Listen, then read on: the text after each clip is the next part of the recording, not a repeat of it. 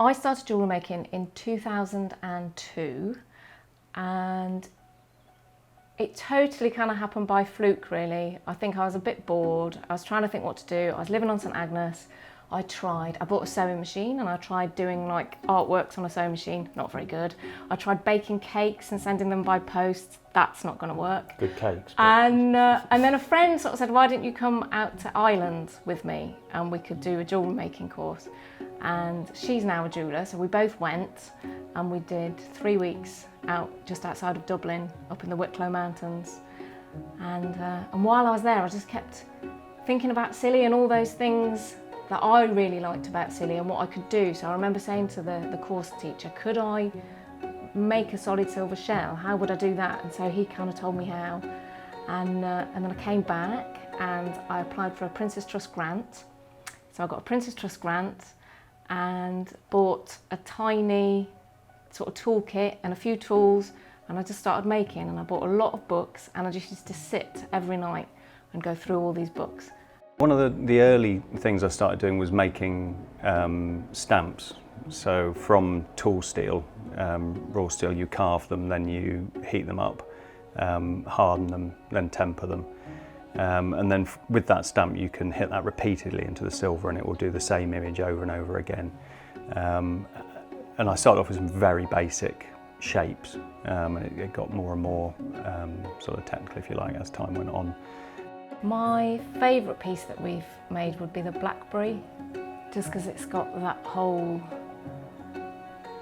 sort of association with kind of foraging and hedgerows and apple and blackberry crumble and all those kind of old kind of childhood associations. And I think because we used to come on holiday here in October and there'd still be blackberries around, for me that's been a real kind of, and it feels like a real piece of treasure that we made. But you've made me some lovely things as well.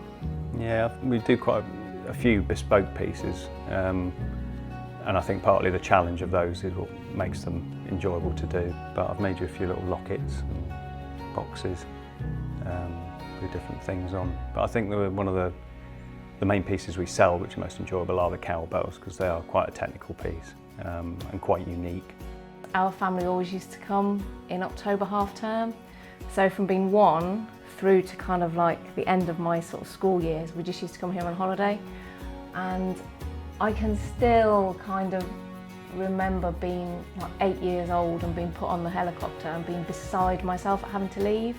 And I just used to spend my whole year thinking about Scilly and wanting to come back. And then when I was 25, I was living in and working in London.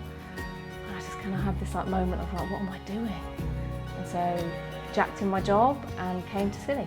Because our jewellery is so personal, and you know, we've got a collection of 42 different shells.